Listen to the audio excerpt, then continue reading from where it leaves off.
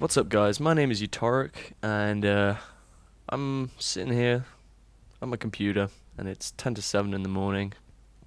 And I looked outside because I saw the sky was blue coming through my windows, and I saw for the first time all year that the sun is not just rising. I've seen the sun rise before, but the sun is coming through my windows. Uh, my room faces like the wrong way. It's not a south-facing room. I think it's like east or west, not an east or even. Sorry, that's sun rises from the east, sets in the west. You never see the sun basically. So my room's pretty much like a freezer the entire year. So yeah, I thought I'd just let you know. But yeah, this is the first episode of a new series that I'm doing called Storytime with Utorak. Pretty original.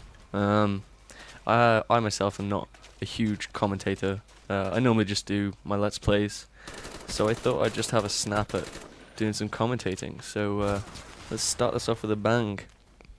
Now this story is about 2 years old. It was pretty much like when I first went to uni. It's my first year, and I've been on the course for about 2 weeks. And we've all organised, not knowing many of the people there still, but we all organised a group night out, because that's what you do at uni. You go out and get your crank on and you get drunk. Not so much in third year, but yeah, we decided to go out, and not knowing anyone, I decided to be the normal me, which was crazy and dumb. And so we were in our student uni, which is where like the entire first years will always be, because they don't know anywhere else to go. And so, yeah, we were just in like the main area. There's like three different floors. There's like the first floor, it's like a chill out bar. The second floor is like the dance floor, and the third floor is Sublime, which is like this little loud variant of, I don't know, some other dance room, but it's just like another chilled out room. And so we were in the top room where there's pool tables, and everyone was congregating around these pool tables. We were having like a team deathmatch on doubles and shit, and I thought it'd be funny to try and keg this guy that I was getting to know. His name is John. He's currently my housemate and has been for the past 2 years. We're pretty much best friends, which is kind of ironic from where this has come from. But yeah, so one of the girls on my course was like, "Oh, you should keg him. Look, his trousers are like halfway down his legs." So I was like, "Yeah, fuck yeah, that's a great idea." So I went up to him, came up behind him. I had stealth, like Ninja Pro on him, so he couldn't hear my feet going. And yeah, so I kegged him and failed. He's like a ninja as well. He had a fast reaction, opened his legs, stopped me from doing it. But the stupid thing was, because I was drunk, I decided to run away. You should never run away. Never turn your back on the enemy, ever. It's fucking bad. And so he's actually quite the little ninja himself. He does a variety. That's the right word. A variety of little martial arts sort of thing. He's not a martial artist, but he likes to experiment with different fighting styles, I guess. So yeah, he just decided to, well, he didn't just do it, he just did it on reaction, on impulse. And he saw me running away, so he went to trip me up. And he did, and I flew across the floor, heard loads of people laughing, but I was too drunk to care. And so I stood up and I was like, "Ah, fuck, my leg, that really hurt." So he clipped me on my right leg. And so I stood up and I was like, "Fuck, this really hurts." He's like, "Ah, man, oh god." He's like, "Oh, are you okay? I'm so sorry." He's like, "No, I'm sorry, I kegged you." And so the night goes on. And I forget about the pain. The pain is like, it's a bit sore, but it's nothing too serious right now. And we go out to another couple of places. And then we get to this big, and you end up this place called Oceana. It's a fucking shithole.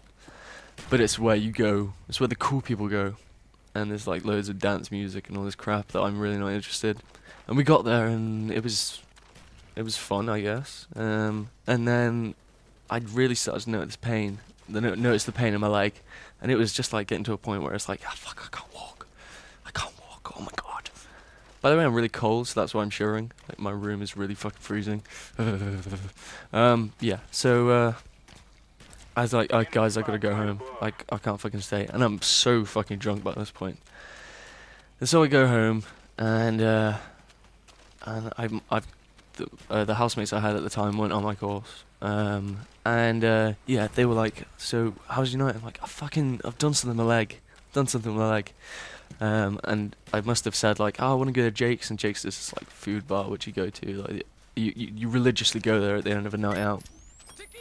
And I made it like to the door, and then a couple of steps after, I had to call my housemate from outside, because I was like, "I can't walk, I need help."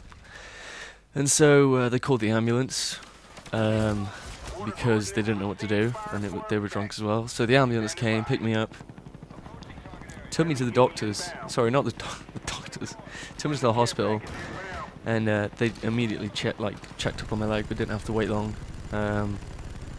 and they were like, "Oh, here's some painkillers. Have you been drinking tonight?" I was like, "No, not at all." So they gave me like, I can't remember what it's called, but it's like a step up from the highest, the most powerful drug you can buy for painkilling on like from a pharmacy. And so I was fucked. I was on drugs, I was drunk, and then I went for an x-ray, and the guy was like, what's basically happened is that you've broken your leg. And I was like, "What? I've broken a bone?" Like, I've broken my nose before, but that doesn't really count. I think I fractured my back, but I have no idea. There's no hard evidence to prove that. Basically, when I was a kid, I was like swinging on this like the rope tied to a tree, and it went over a stream, and I fell off. It was about 6 feet drop onto a rock. So I had back problems ever since. But yeah, so I was super psyched. I was also like, "Oh shit, my parents are gonna kill me." So I was super psyched that I'd just broken a bone, because I'd never broken one before. And yeah, I told my parents. They weren't too happy. They weren't too fussed, and I had a cast for 6 weeks. It's all fine now, and it was only the tibula. It wasn't the fibula. It wasn't the shin. It was the other bone. But yeah, so that's my little story. Thanks for watching, guys. Stay tuned for next week on Sunday evening, I guess, where I'll tell you another story. Thanks for listening. See you guys later.